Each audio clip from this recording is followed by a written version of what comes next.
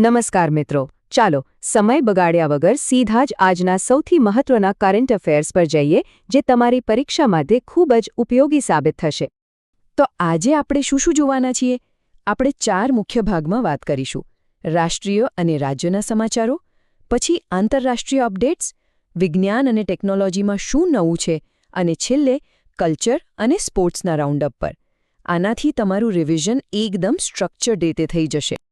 Okay, તો ચાલો આપણા પહેલા સેક્શનથી શરૂઆત કરીએ, જેમાં દેશ અને રાજ્યોના કેટલાક મહત્વના સમાચારો છે.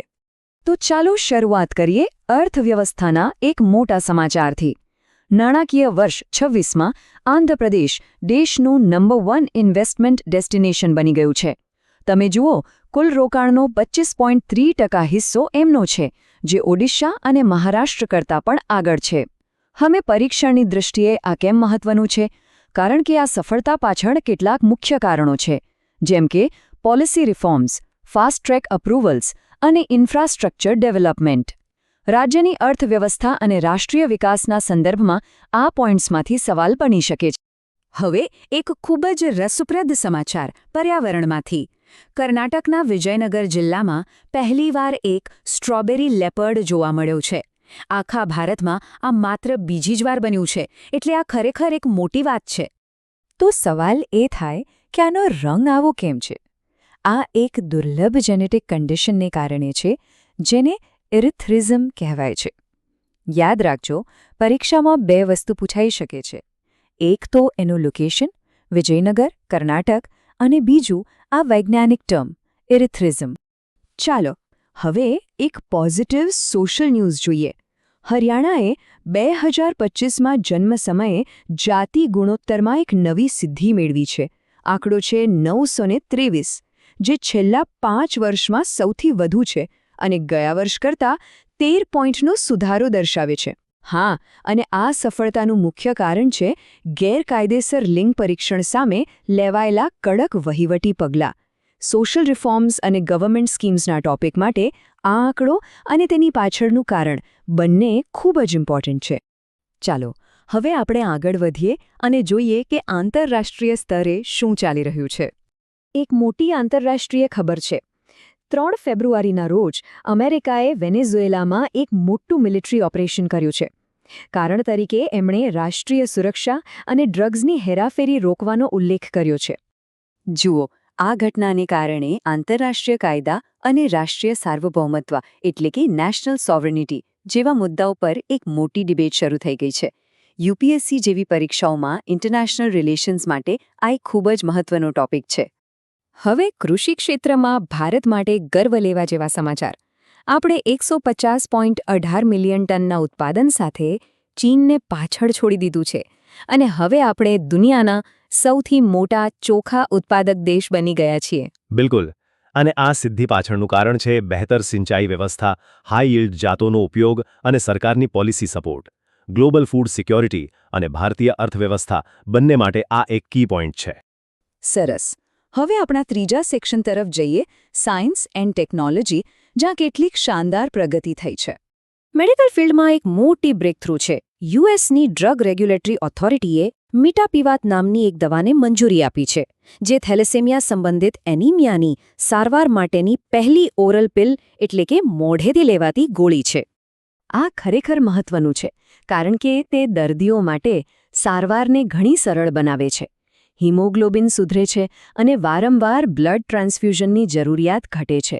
પરીક્ષા માટે દવાનું નામ મિટાપિવાત અને તે કયા રોગ માટે છે, થેલેસીમિયા, તે ખાસ યાદ રાખજો. હવે ટેકનોલોજી અને કૃષિના સંગમની વાત કરીએ. તેલંગાણામાં ભારતના પહેલા કમર્શિયલ રેઇનબો ટ્રાઉટ ફાર્મની શરૂઆત થઈ છે. અને સૌથી રસપ્રદ વાત એ છે કે રેઇનબો ટ્રાઉટ ઠંડા પાણીની માછલી છે, પરંતુ તેને ગરમ વાતાવરણમાં આરએસ ટેકનોલોજીની મદદથી ઉછેરવામાં આવી રહી છે. અહીં જે કીવર્ડ છે તે છે આરએસ ટેકનોલોજી, એટલે કે રીસર્ક્યુલેટરી એક્વાકલ્ચર સિસ્ટમ. આ ટેકનોલોજી ભારતમાં મત્સ્ય ઉદ્યોગમાં ક્રાંતિ લાવવાની ક્ષમતા ધરાવે છે. પરીક્ષા માટે લોકેશન તેલંગાણા, માછલીની પ્રજાતિ રેઇનબો ટ્રાઉટ અને ટેકનોલોજી આરએસ ત્રણેય મહત્વના છે. હેલ્થ ટેકનોલોજીમાં વધુ એક મહત્વનું પગલું. નોઈડાની government institute of medical science એટલે કે જીમ્સમાં દેશનું પહેલું સરકારી હોસ્પિટલ આધારિત AI ક્લિનિક શરૂ થયું છે. આ પબ્લિક હેલ્થકેરમાં આર્ટિફિશિયલ ઇન્ટેલિજન્સને સામેલ કરવા તરફનું એક મોટું કદમ છે. આનો મુખ્ય ધ્યેય નિદાનને વધુ સચોટ બનાવવાનો અને સારવારનો સમય ઘટાડવાનો છે. પરીક્ષા માટે સ્થળ GIMS નોઈડા અને આ પહેલનો હેતુ યાદ રાખવો જરૂરી છે. અને ચાલો હવે આપણા છેલ્લા સેક્શનમાં જઈએ. અહીં આપણે કલ્ચર અને સ્પોર્ટ્સના કેટલાક મહત્વના સમાચારો પર નજર નાખીશું. સાંસ્કૃતિક વારસાની વાત કરીએ તો પ્રયાગરાજમાં પવિત્ર સંગમ તટ પર વાર્ષિક માઘ મેળાનું આયોજન થઈ રહ્યું છે. આર્ટ એન્ડ કલ્ચરના પર્સ્પેક્ટિવથી અહીં 3 વસ્તુઓ ખાસ યાદ રાખવા જેવી છે. સ્થળ છે પ્રયાગરાજ.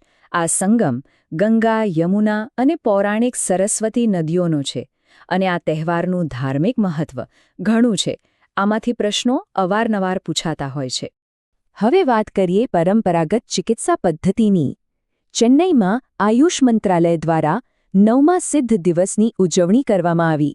બરાબર. અને અહીં પરીક્ષા માટે સૌથી મહત્વની વાત છે આ વર્ષની થીમ વૈશ્વિક સ્વાસ્થ્ય માટે સિદ્ધ. આનો મુખ્ય ઉદ્દેશ સિદ્ધ દવાના મહત્વને પ્રોત્સાહન આપવાનો છે. આયોજક સંસ્થા એટલે કે આયુષ મંત્રાલયનું નામ પણ યાદ રાખવું. અને છેલ્લે સ્પોર્ટ્સમાંથી એક અપડેટ. વારાણસીમાં 72મી નેશનલ વોલીબોલ ટુર્નામેન્ટ શરૂ થઈ ગઈ છે, જેમાં દેશભરમાંથી 1000થી વધુ ખેલાડીઓ ભાગ લઈ રહ્યા છે. હા, અને આવી ટુર્નામેન્ટ્સ દેશમાં રમતગમતને પ્રોત્સાહન આપે છે. પરીક્ષા માટે તમારે ફક્ત યજમાન શહેરનું નામ યાદ રાખવાનું છે, જે છે વારાણસી. તો આ હતા આજના દિવસના મુખ્ય કરંટ અફેર્સ. બસ આ જ રીતે ઝડપી પુનરાવર્તન માટે મુખ્ય નામો, સ્થળો અને આ સમાચાર પરીક્ષા માટે કેમ મહત્વના છે યાદ રાખતા રહો. આજના માટે આટલું જ. આભાર.